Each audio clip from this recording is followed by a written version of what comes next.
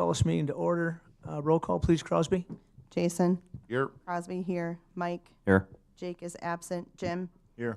Eric is unexcused. Carolyn. Here. Craig. Here. This is an open meeting and open meeting has. Micah, I'm sorry. Micah, you're not on my list. I'm sorry. Here.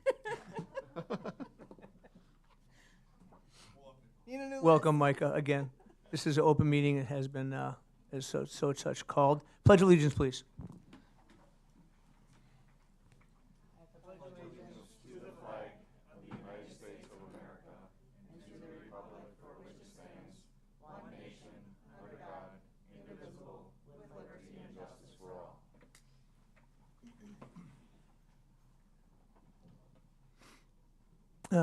Laura?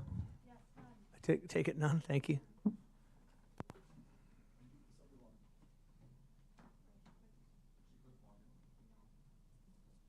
We good, Laura? We're good? Okay. Presentations, mission, vision, values. Joe?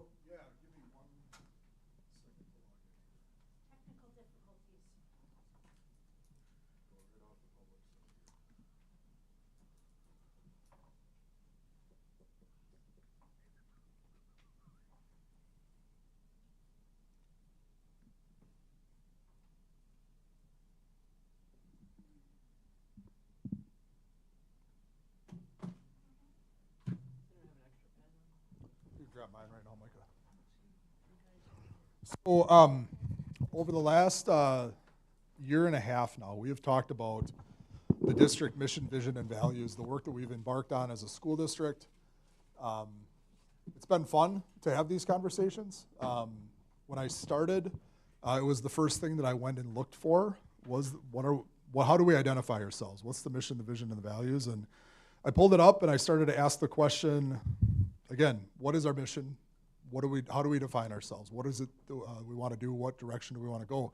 And what I learned was most people didn't know what our mission statement was, and they didn't know what our vision was. It was something that was done, and I think for some of you, maybe you were part of the strategic planning that happened over a 12 to 24-month period of time, in which a group got together. It was shared with me that there were about 40 folks that started on that committee. That whittled down. Somebody joked that we started with 40 and we ended with 4. And which is often what happens in a long-term strategic planning process. So about a year and a half ago, this question came up as we brought teachers in, teacher advisory group, as we started to do some work with them through Initiative 1. They were asking the question, what's your vision? They were asking that directly of me. Where is it that you see us going? What is that big overarching goal? Where do we want to be? And so we went through a process over the course of last school year where we reviewed our district mission, we reviewed our vision, we reviewed our values. And through that work then, teachers and administrators and parents started to give us a little bit of feedback as to where we were going. So through 12 months, 6 intensive months, and then some work this summer, we arrived at the following mission statement. In partnership with students, staff, families, and our community. If you remember that our old triangle identified 3 areas, we felt very important that we have to identify 4. I mean, students in this case are our partners. Staff are our partners, families are our partners, and then the community as a whole. We'll provide exceptional learning experiences that inspire achievement, develop character and agency, and prepare every student for life beyond school, to pursue further education or to succeed in meaningful work and strengthen the communities that they serve.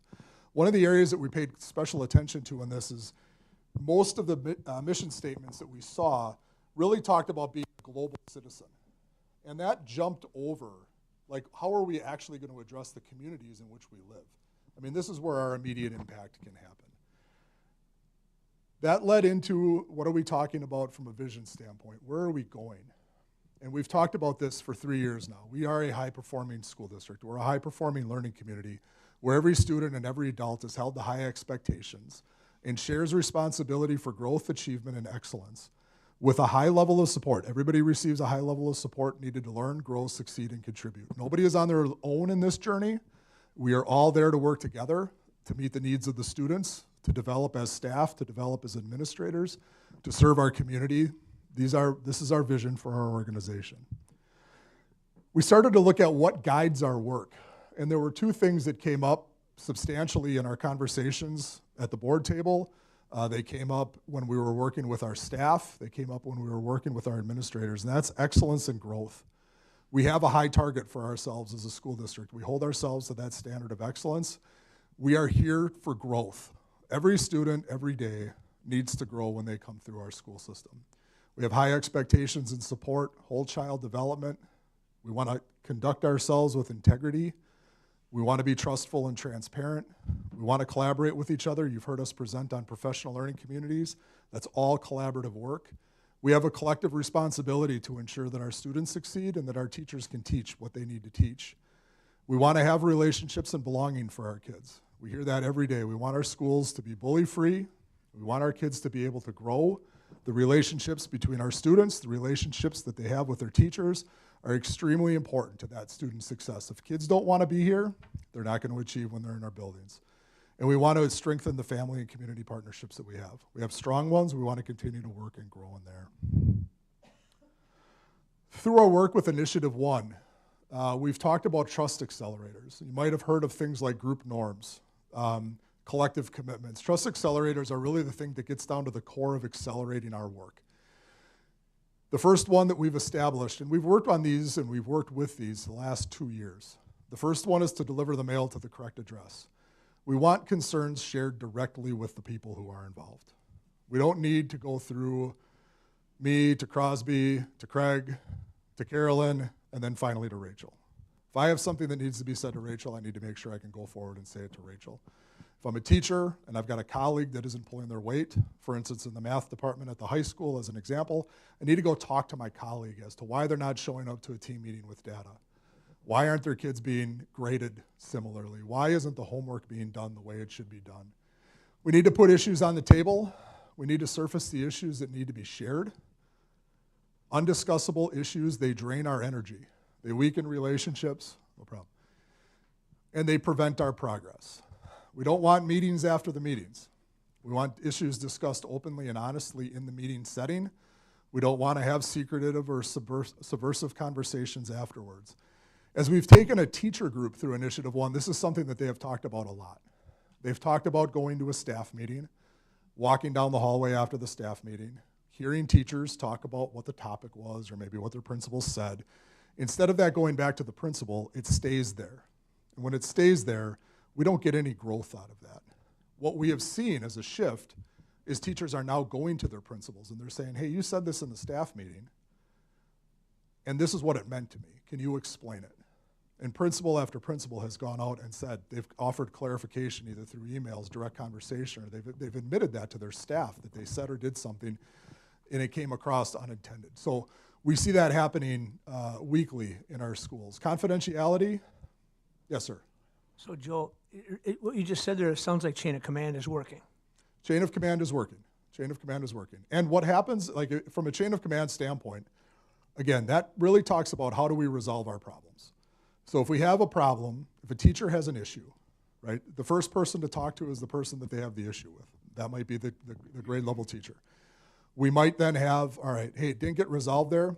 Let's talk to our principal about that. If it didn't get resolved with the principal, let's talk to Angela about that. Maybe she can come in and help us out with this. If we have a teacher who's got an issue with their principal and they sit down and talk to their principal, then they have to come to the district office. We have these pathways for people to use, and they do exercise those pathways. I think the thing to note is this idea that they're afraid to come forward, right? They might get fired. We haven't terminated anybody in my 3 years here as your superintendent. Now, we've had to evaluate people, right, based off of performance. But anybody who's brought a concern forward, there has been zero termination. There's been zero disciplinary consequences for somebody coming forward with a concern. So, yes, we have a chain of command. That chain of command works. If anybody wants to sit down and discuss that, I'm happy to do it, but that is in place. The confidentiality piece, again, what's shared here stays here. If we go into meetings where there's planning going on, and that planning isn't really ready to be launched, this is what we see in schools happen a lot. We're talking about doing professional development.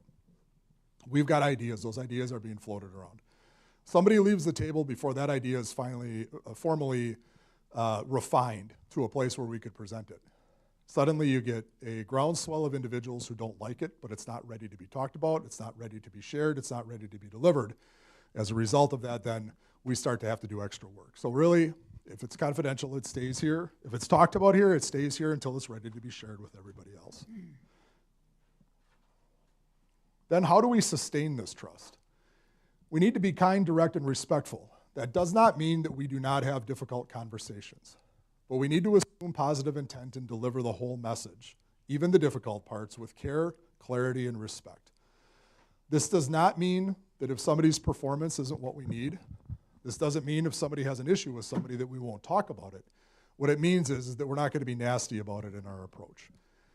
Be open to feedback. Defensiveness is the opposite of openness. Transformation requires an open mind and willingness to receive feedback. Be present, be prepared, and be engaged. Talked about this a little bit, but as we launched professional learning communities, what we learned from our teachers, what we learned from our administrators was you'd have 3 teachers in a department, 4 teachers in a department. 3 would bring their grades, 3 would bring their data, 1 wouldn't. We expect as professionals that everybody shows up ready to do their job. And the last one, and I got a phone call on this today, which was a great conversation. Don't sacrifice the organization to protect the individual. We need to support the team through accountability and healthy conflict while maintaining curiosity and suspending judgment. And where this has come up, and it came up recently, and several principals shared the example. You've heard Tom talk budget. You've heard Rachel talk staffing. And it is our goal to not have to do layoff notices to our teachers. And that might mean that we have 3 sections of 4th grade this year. But next year, we're only going to need 2 sections at a school. Where we've looked at this is we've asked the question as to who is the best teacher to move from 4th grade to 3rd grade, 4th grade to 2nd grade, 4th grade from Section Elementary School to 3rd grade at Rolling Hills. That person may not necessarily want that. They might want to stay there. They might have been there for 25 years. But from an organizational standpoint, for student learning, for the success of our schools, it's more important for us to move that person than it is to honor their request to stay there. Now, we don't want to move people that don't want to be moved, and we don't want to put people in positions that they can't be successful. But there are times where we have to make that difficult decision. The other part of it is, we need to maintain the forward momentum that we have academically. And I think that we've seen the growth over time. We present our key performance indicators to you as a board. We need to be in a position where thoughtful, meaningful work that has teacher voice in it, that has administrative voice in it, that work can sustain through some individuals' complaints. We don't want to stall something out because several people don't like it. We want to understand that, hey, I'll use professional learning communities again as an example. There was resistance to that when we started it. I like what I'm doing. I don't want to collaborate. I'm already getting good results. That is not going to help us as an entire school district move forward. And so when we talk about not sacrificing the organization to protect the individual, those are the things that we're talking about. And I just shared, Mike, it was the one who asked me the question. I really appreciated it. These 8 things have been in place for 2 years. And we've worked on these as administrators. We've worked with teachers on this. We have teacher teams. We have school leadership teams.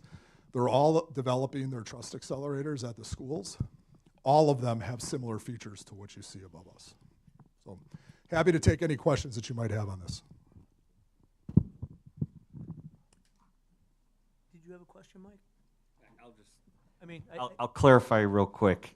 I didn't know the background on it, and in just reading it, it didn't look elegant. It didn't look good to me. But knowing the history and the background, which Dr. Cook called me and we talked it over, I'm very comfortable with it now, and I can explain it. So that's the only reason I call them. And I do appreciate those questions. It's a question that I don't get, that I don't know exists, right? So that's important that people come to me with those. Crosby. I think we went through the KPIs, was it last meeting? Yes. Okay. And have we reviewed them to make sure that they align with the mission and vision and that the KPIs will get us where we want to go? Or do we need to realign those? So the KPIs, we're under a review process with those. We're going to start that this year. There's several key things that we're waiting on. We're waiting on the school report card. We're waiting on some data that's embargoed to become public data. We're waiting on industry credentials. That's one that we don't have yet.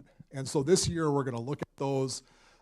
Ben, Christine, Angela will be taking a deep dive into that academically with their teams Because yes, there's a time now to revise those, and I do believe that going into the 27-28 school year, we should have revised KPIs. Okay. And again, just for the community to know, we put those in place because we know that the DPI is gonna do what the DPI does.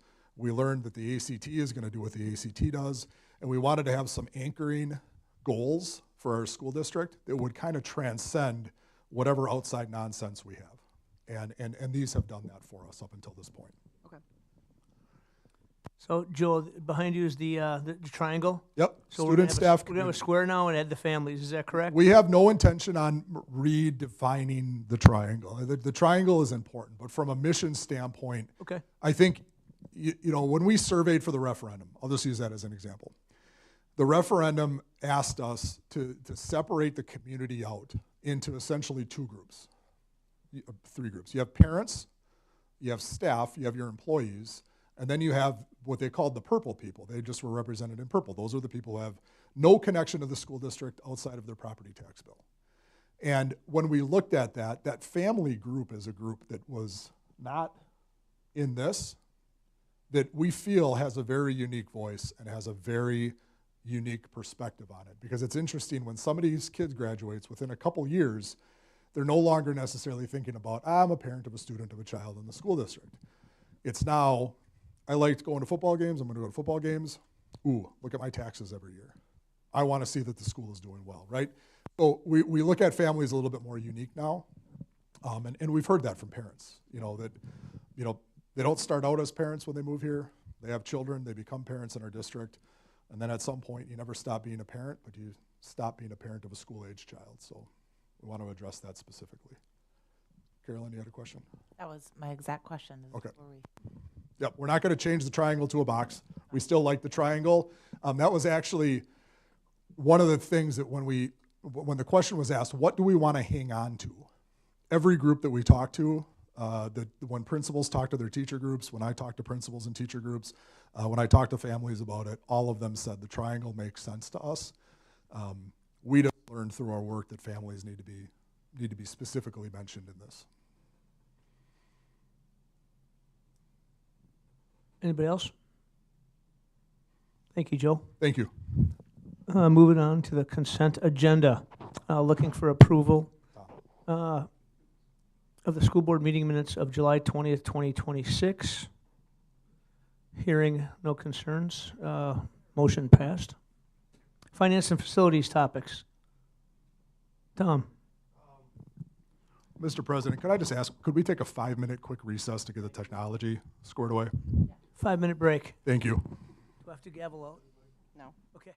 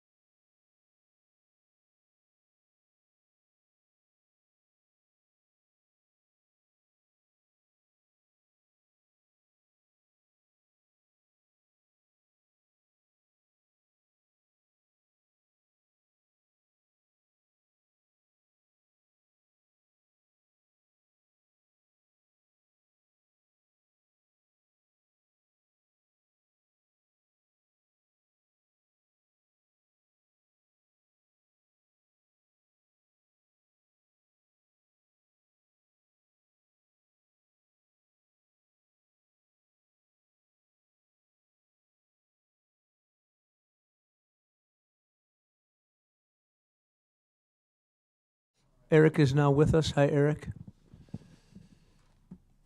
All right, so thanks for your patience, everybody. While we kind of just navigated that little technical issue there, we're good to go here. All right, so we're in the finance facilities portion right now. We have Brian Brewer from Baird tonight. So what we're discussing right now is the finalization of the final $7 million that we are authorized to borrow for the middle school project. So as a reminder, we were given authority from our community to borrow $89.1 million. We have already borrowed $82.1 million, so we are discussing the final $7 million. So what Brian's going to do is that when we borrow money as such for a project like this, I don't walk around finding people who have funds available for this. We go and we get public bonds. Brian and his team at Baird are some of the best in the nation at doing this. So we have partnered with them for a long time, at least the entire tenure that I've been here, for almost 11 years now. So Brian's going to walk us through a couple strategies here, explain our approach.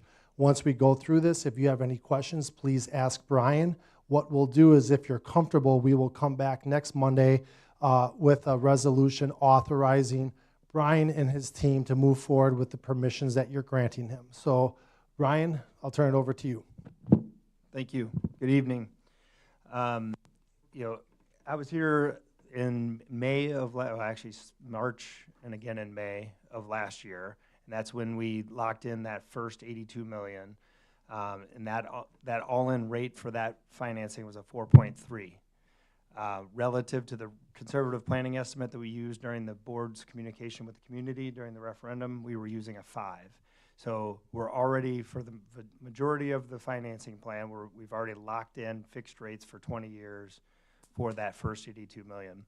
We left this $7 million to give you some flexibility on when and how to borrow based on growth and based on interest rates. And so the decision point, you may recall from last year, by borrowing that $82 million, you were able to put it into safe investments in the construction fund, so it was earning significant earnings, which will give you flexibility as you close out your project, so in the next year-ish.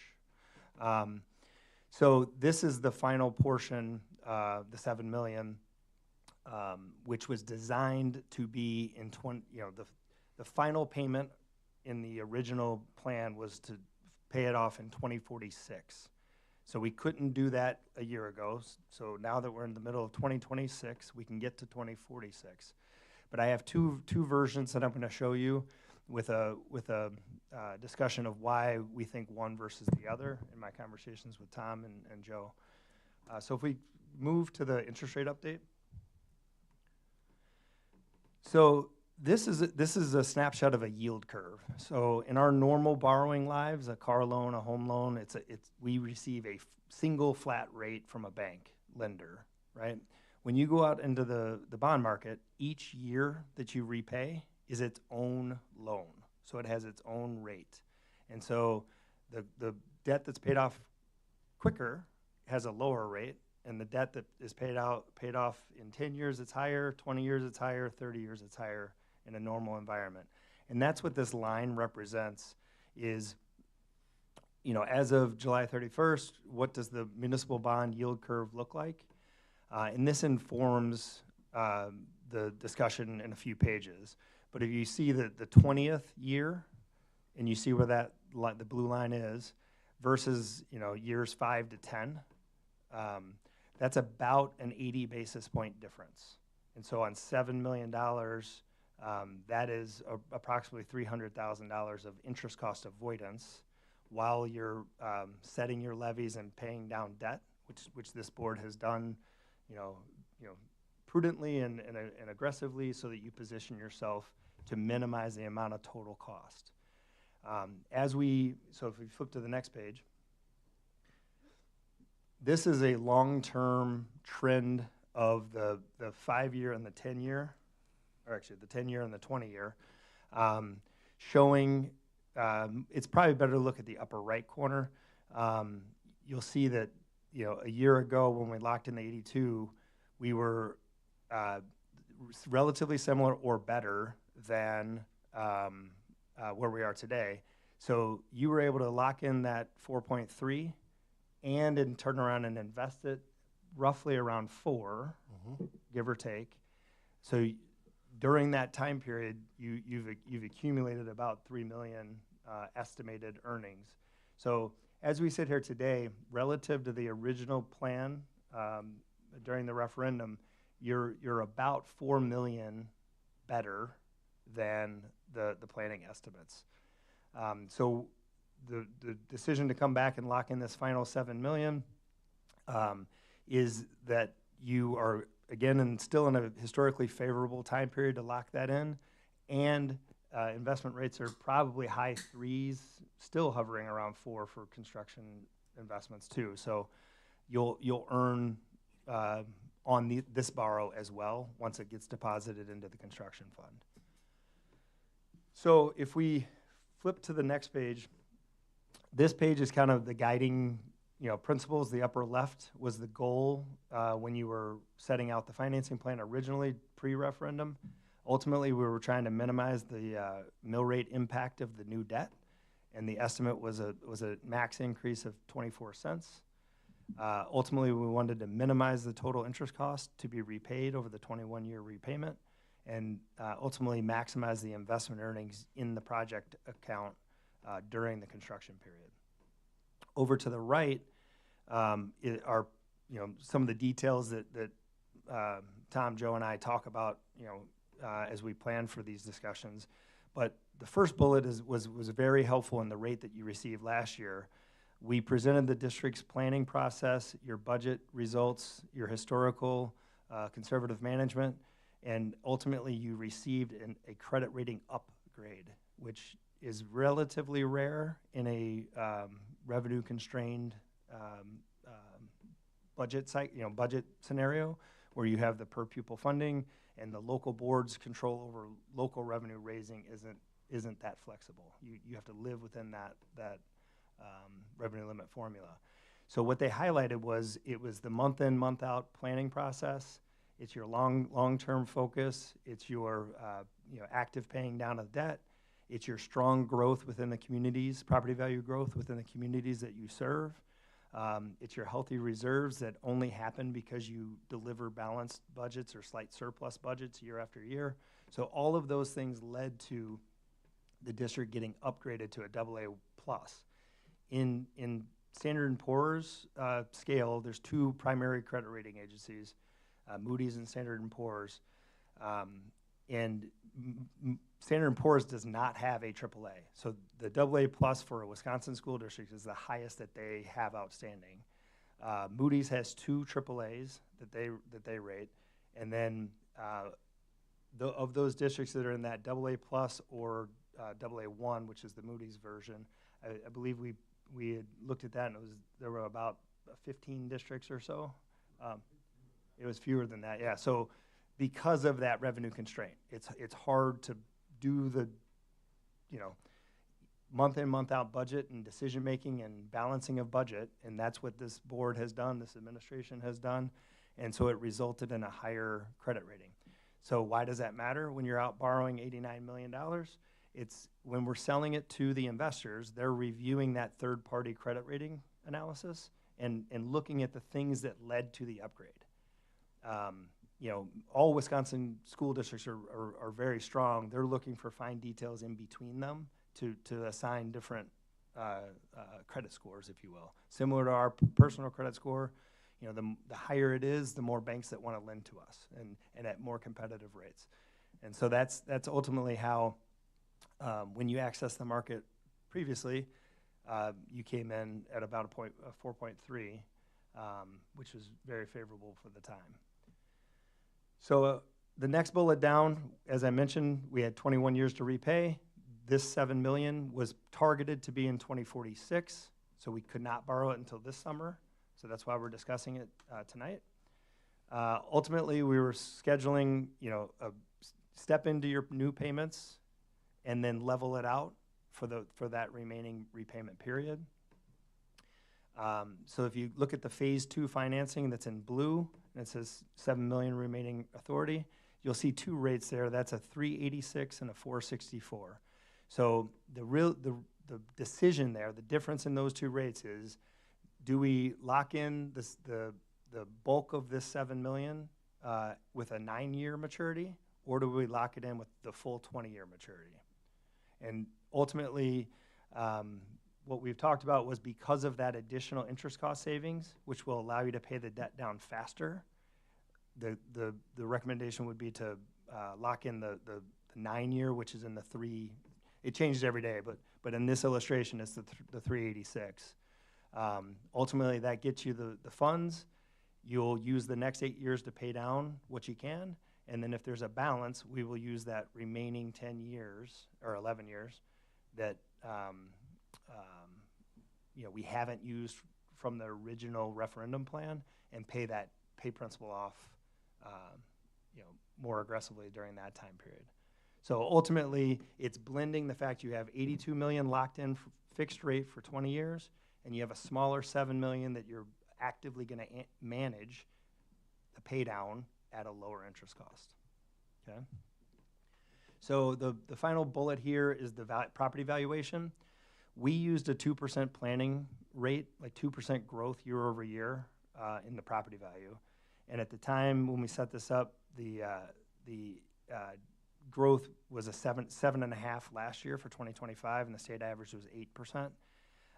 We just received, as hot off the press like today, we're working through the municipality values. The state-wide average was 7.8 again, but Mukwonago area school district, the communities that comprise the district, grew 9%. So the new property valuation estimate when you receive it in October is going to be plus or minus $6.5 billion. So to put that in perspective, that's about $2 billion higher than it was 5 years ago. So I'm not telling you anything you haven't seen and felt around the communities that you are in, but that's a factor that goes into that credit rating evaluation, and it's part of levying and collecting and maintaining a manageable mill rate to fund school operations. So, the mill rate portion, the debt portion of the total mill rate will be at or below the planning estimates that you put out once we finalize this 7 million. Okay. So if we flip to the next page, this is going to be a little hard to see, but if you zoom in a little bit, so it's the gray box, the 7 million. So this one, we have some principal being paid in 2027. Bear with me, guys. Sorry. Yeah. And you see that AIC rate there in the middle. It's a 464. So ultimately, we're going to pay off as much principal as we can in year 1, so 2027. So 260,000 right there in the principal column, and then the rest goes in the bottom of that box. If you scroll down just a touch, so it's 6.7 million. Such that gold-colored column, which is the combined payments on all debt outstanding, is leveled out. So this is that year where we're stepping from the 6.3 million of levy to 7.2, according to the referendum planning. And you'll see that mill rate, the $1.18, that's using the 2% growth. So once we layer in the actual 9% growth, that number is going to go down even further. So the mill rate's the mill rate, but the key is the levy here. This is at or below the levies that we had planned for during the referendum planning. In addition to, that's not shown on this part of the visual, the earnings that you're gaining in the construction fund. So you've accomplished both ends of those debt structuring goals that we laid out at the beginning. So that this would be the version where we lock it in, in the next month, and we're done messing with it, right? It's 7.2 million estimate, and you're at and below the planning estimate. So if we scroll to the next page and have it at the zoom level as well. So this is where, because scroll up just a touch, Tom, please. So there, see the 386 there? That's the lower, so that's the reduction by about 0.8%. So that allows us to pay a little more principal in that year 1. Instead of 260, we're paying off 350. And you see the gold column there. It's not topping out at the 7,222,000.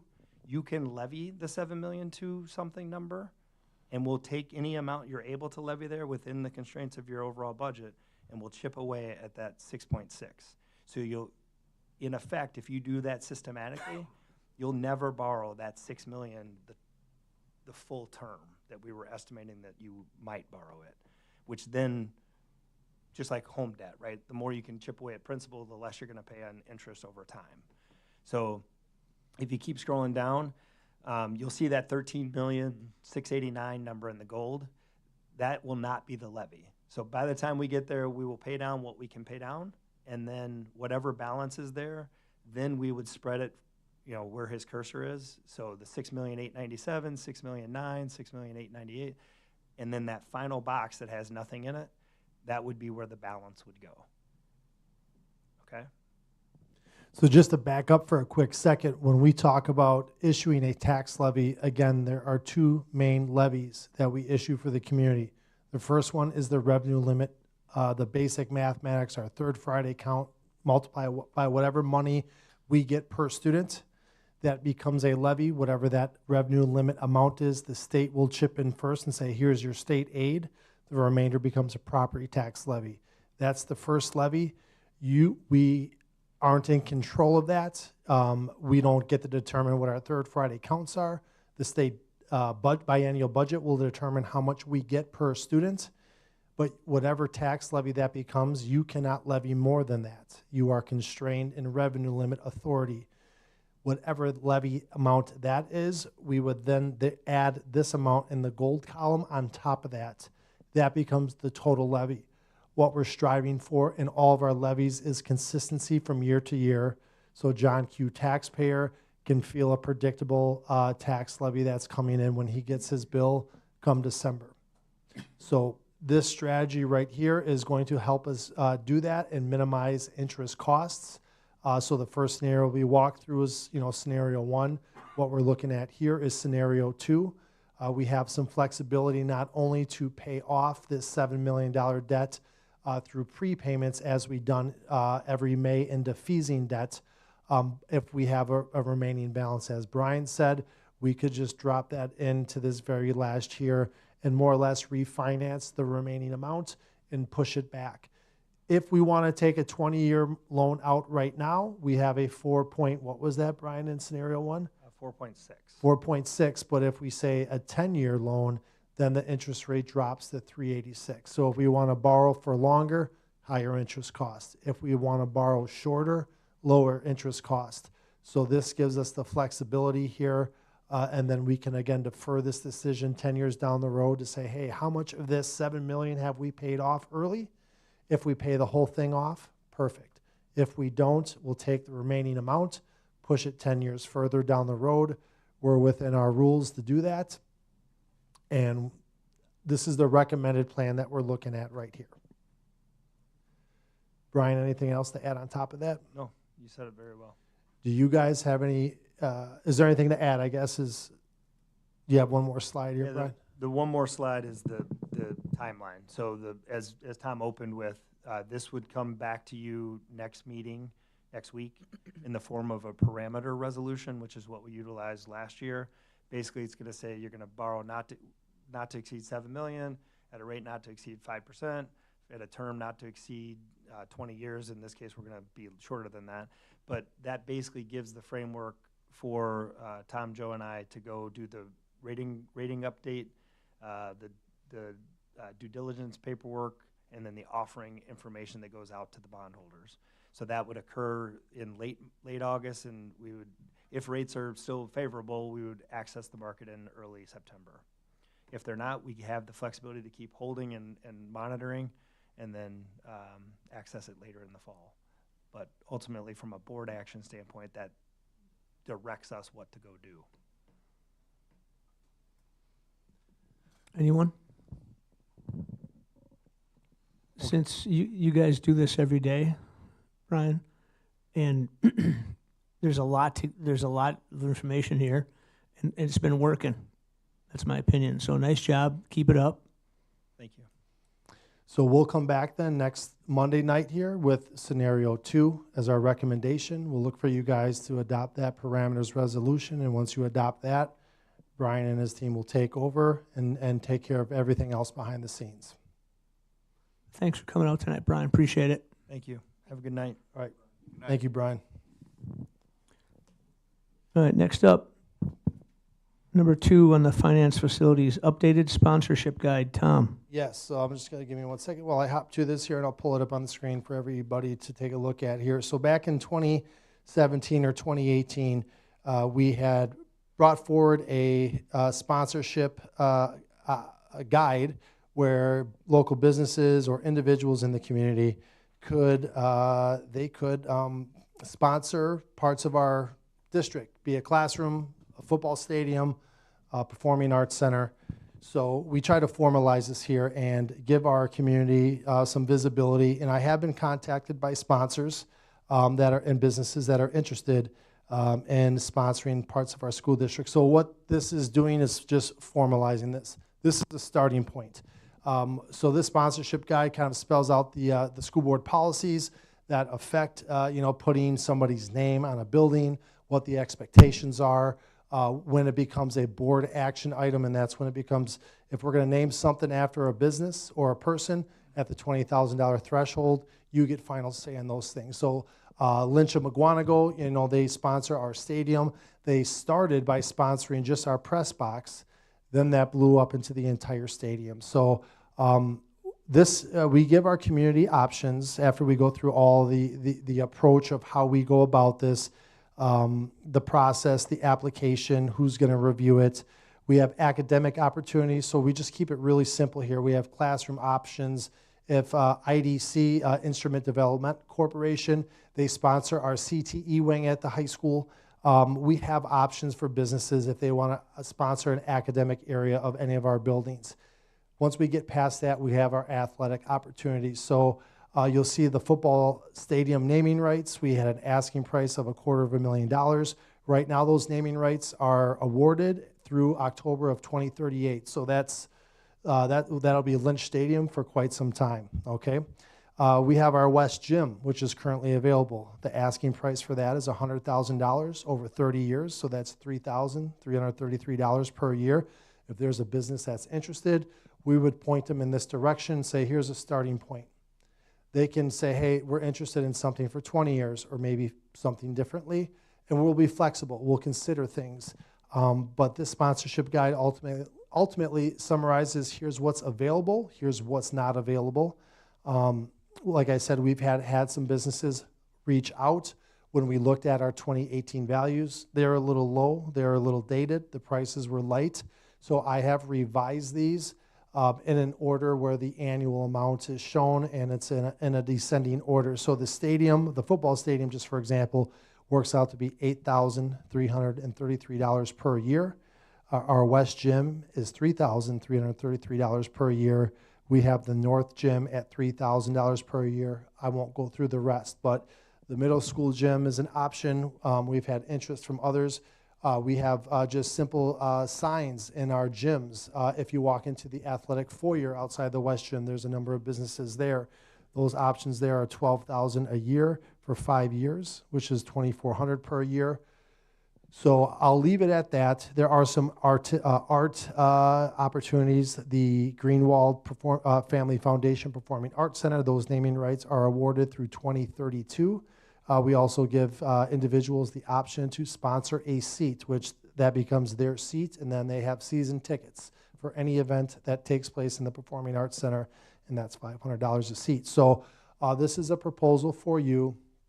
We would just like to recognize and formally adopt this. We can bring this back in 3 years or 8 years or whatever it might be, but this was a 8 or 9 year later revision, updated. If we adopt this, we move forward. Is there any questions I can answer? Jason? The fee structure, is that all based on area comps, or where'd you get pull the prices from? Yeah, so good question. It's a little different by community. So for example, in Sheboygan, there's Acuity, a huge insurance company. They have the largest flag. Big flag. The big flag.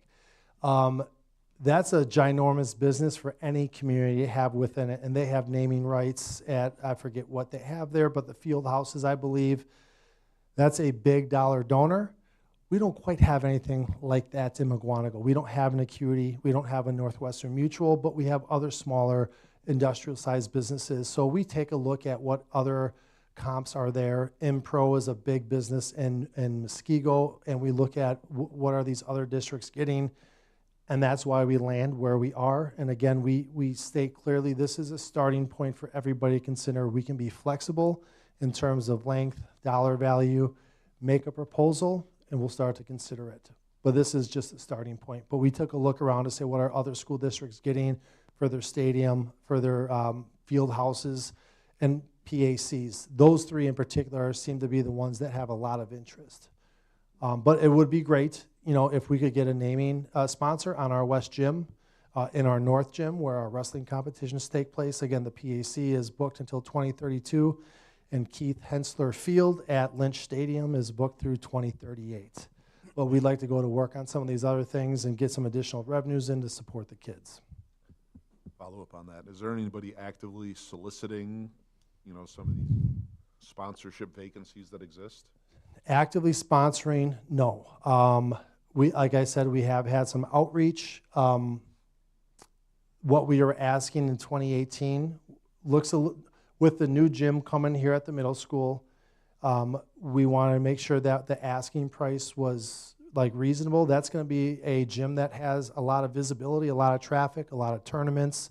With 3 gyms that are 3 basketball courts, Parkview Middle School is going to be as busy as the high school in the years to come once it's open. So whoever's naming rights go on there, there'll be a well-known community name brand. So we want to make sure that we just get something that's reasonable, and so we adjusted that price, I believe, from $10,000 to $25,000 for the middle school gym in particular. And when we looked at just that gym, we revised the others as well. How much would it cost to get Craig Vertz's name on a candy machine at the high school? He already has one. 3 for a Be buck. smart snack. Yeah, he hasn't paid yet. Actually, it is named after him, but he owes. Moving Oh, on. I have a question. Oh, sorry, Crosby. What happens if a sponsor does not pay? They do the agreement and then they don't pay. Sure, I give them a little time, a little latitude, and if the payment, fortunately, we haven't been there, but sometimes, you know, the invoice gets sent out. We send them out 2 times a year in early August, so we just sent them out. Sometimes businesses say, hey, I missed it, I apologize, it's in the mail, and there's some grace, there's some latitude. That's certainly given, but if somebody can't produce, then their name would come off. If it's a West Gym, you know, board in the West Gym foyer, we would just remove that and take it down. But luckily, people have been very honorable in this community. Once they make a pledge, they've stood by it. So, Okay, and then my only other comment on the term is that they can terminate with 30 days written notice for any reason, and that we will pay back a prorated fee. I think we should not pay back the prorated fee for that year. If they commit to the year and they pay for it, we're counting on that revenue. okay, Obviously, if it's a multi-year deal, fine, we'll let you go after that because now we have time to find a new sponsor. sure. But let's say their agreement starts in January and it's September, they say, we're done, we don't want to do this anymore. I do not think that we should pay for the remainder of that, or pay back the remainder of that year. So lock think it, they once should- the year begins, Yes. it's all in or all out. Yes, I think they should forfeit their fees. We can update and make that change. I'll bring that change back on Monday. Okay, thank you. Good catch. Good idea. I mean, Are you good now? I'm good now. Thanks. Ooh, the hammer. Anybody else? Who pays, does the company pay for, Micah, please speak in the microphone. like, 2 feet from? Does the company pay for, like, Lynch Stadium, for instance? Do they pay for the Lynch name on there, or does the Yep. school? So the Greenwald Family Greenwald Family Foundation Performing Arts Center, the signage on the side, they pay for the signage.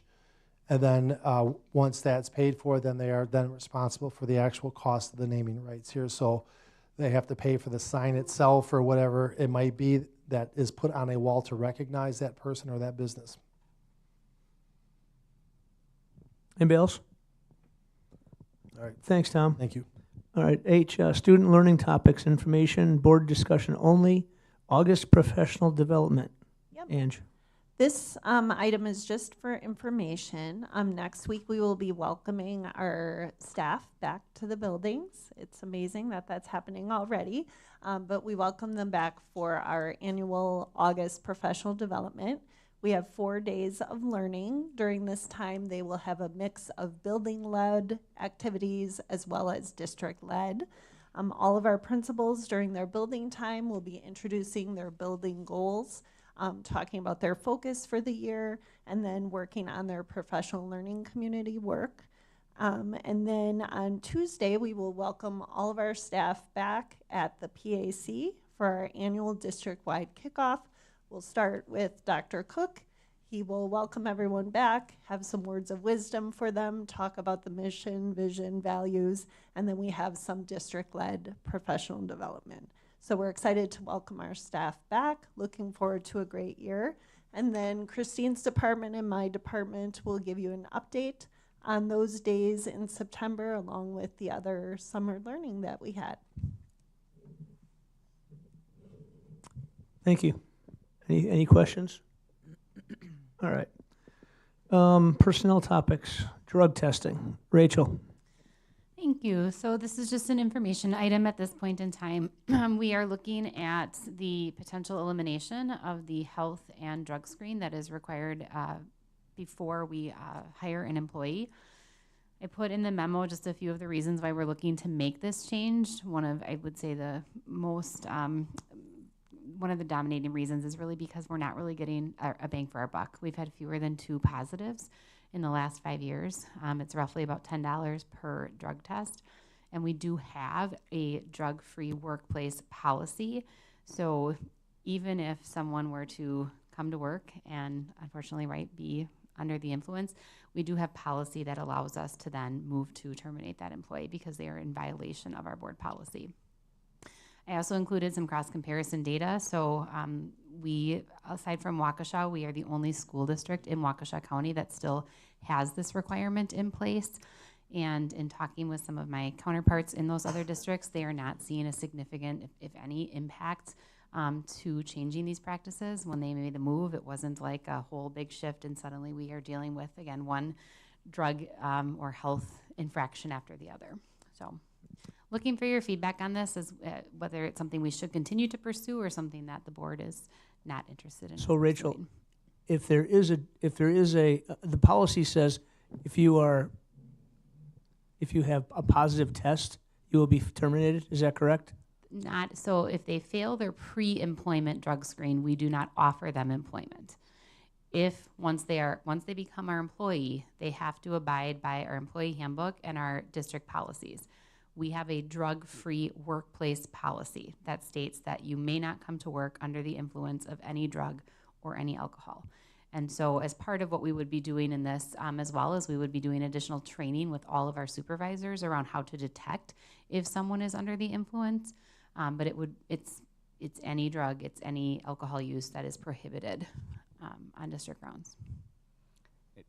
And it does say reasonable suspicion testing, like it shall be done if we have a reasonable, and if they Correct. refuse, then we can, you're done. Correct. Okay, Yep. I'm good with all that. Yeah, we can't randomly drug test adults once they are our employees, but we can, again, if we have reasonable suspicion. So the time-saving part of this, could you explain, please? Sure. So I think 2 things. One is our employee clinic is hands down the most favorable part of our health plan. And that is where we conduct these pre-employment health and drug screens. And so as you can imagine, the summer months are an incredibly busy time. It's hiring, it's when we're doing all of our onboarding. It's also the window where most of our employees complete their annual health risk assessment. So almost all of our teachers do that in the summer. Very few do it during the school year. And so it just puts an additional squeeze on our clinic, which again is right now viewed so favorably. We would hate to do something or continue to have to do something where, again, people can't get appointments are tight because of something that isn't even required by state statute.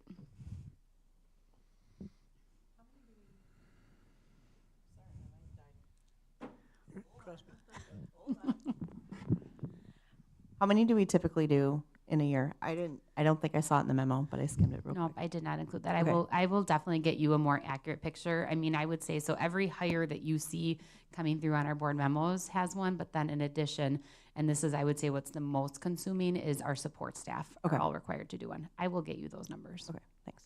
Jason? Do you remember what those 2 failed tests were? Mhm. Was it just like THC or? Okay. I don't know if I'm allowed to say that, but yes, THC. So if the board is okay pursuing this, then what I will do is continue to collect some information and come forward at either the next August meeting or in the September meeting with, again, more information and then form this as a discussion item. We don't need to make a decision or rush into this. Right now, we're past the busy season and heading into the school year, but definitely something that we'd like to be proactive for as we head into next year's hiring season. The policy says, I mean, it clearly says that you will be terminated. It's- Okay. It's disciplinary action up to and including termination, which is our standard language for, Anybody else? No, and I don't know if Rachel touched on this, but this is becoming more common in corporate too. Like I write our handbooks and we don't even have a drug testing policy anymore. So it's definitely becoming a lot more commonplace. Unless you're driving a truck, and then you should probably be drug tested.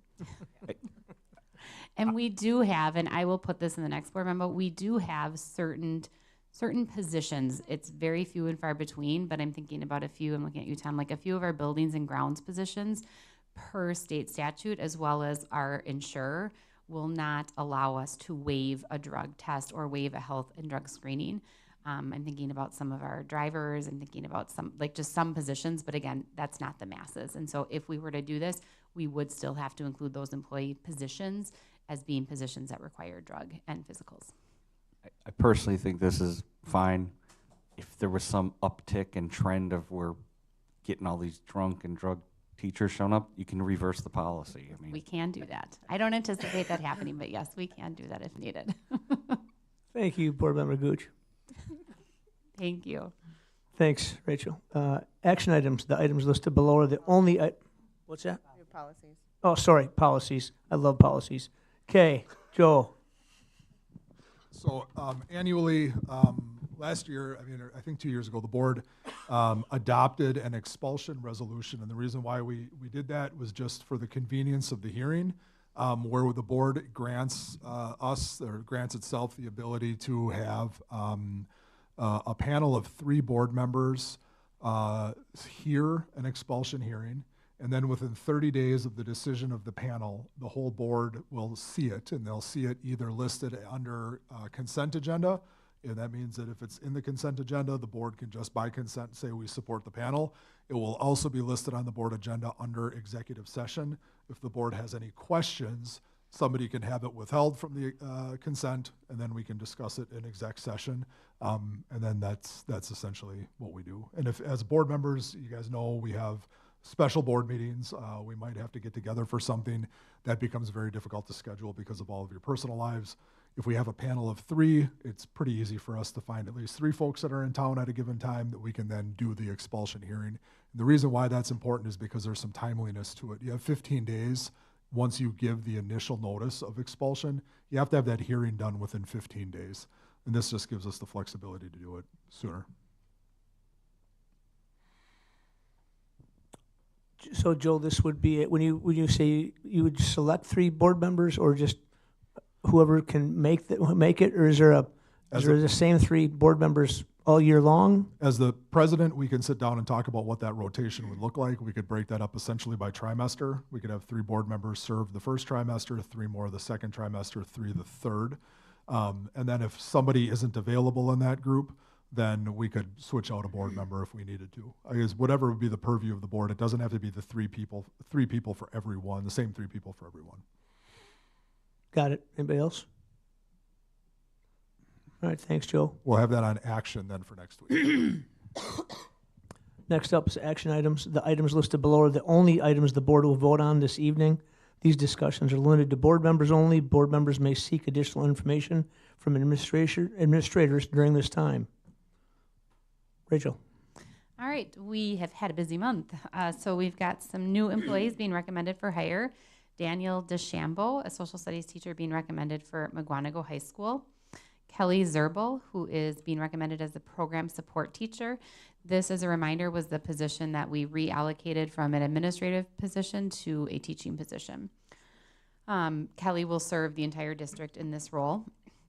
Olivia Mendez, a 6th grade teacher at Rolling Hills Elementary. Amy Reich, an occupational therapist, and this would be a district office level position, or I'm sorry, district position. Britt Brill, this is a limited term contract, and this is a special education teacher position at Mukwonago High School. Something, if you remember limited term contracts, they do not renew automatically. And so for some of our, late in the year hires, we do recommend a limited term contract just to make sure that both it's the right employee for us and that the position will sustain itself. And then Rachel Meister, a 6th grade teacher at Big Bend Elementary. We also received resignations from Kim Brussel. She was a special education teacher at Mukwonago High School. And then Eliza Felder, who was going to be a special education teacher at Big Bend Elementary. This person never technically started for us, but was offered a contract back, I think, in May. And so she signed her contract, is technically under contract, so we have to now take away her contract. So that was a resignation. Make a motion to approve the hires and resignations. Second. We have a motion and a second. Any discussion? I just have a question on the teacher that we extended the contract to and now we're removing the contract. Is there a reason why that we can The know? teacher, can I share that? I mean, you can be general with it. The teacher took a position elsewhere. Okay. When you guys do the vote, we're trying to work with Eric on unmuting his mic. So when you go around and do the next vote, if we could just give Eric a second to try to voice in. Tom's got the volume up, so we'll work through that. Okay. Policy Act 89, apology. Vote on it. Motion. Oh. We have a motion and a second. We have a motion and a second. All in favor, say aye. Aye. Aye. All opposed? Motion passes. Policies Act 89. That's me? Didn't know that was me. All right, so we have policies that we introduced last month specific to the new anti-grooming laws that went into effect, and so we are looking for approval of these policies. I will be doing training with all of our staff, support staff, coaches, advisors, certified staff around these new policies and their implications as well. Make a motion to adopt the policies for Act 89. Second. We have a motion and a second. Any questions or concerns?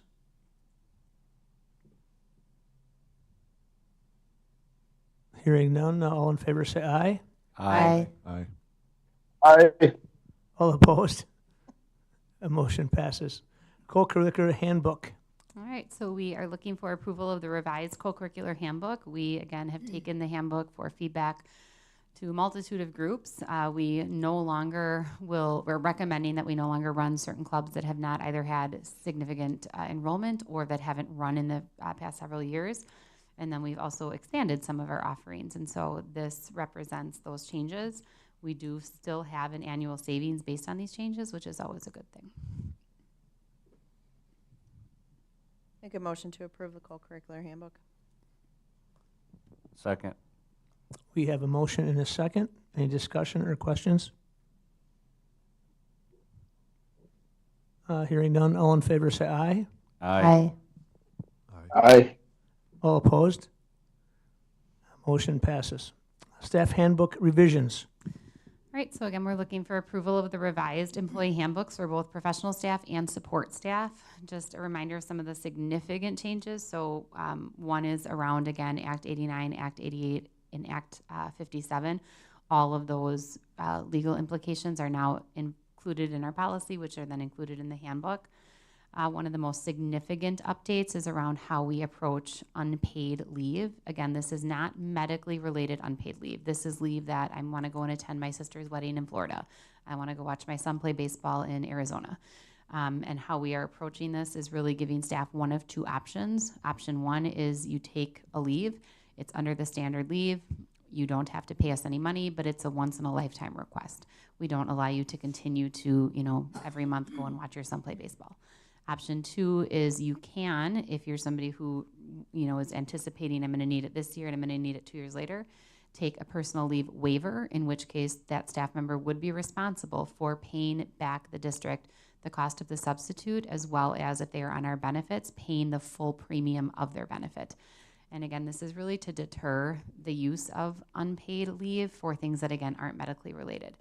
Teachers are on contract, 10-month support staff are on contract for roughly 187 days out of the year.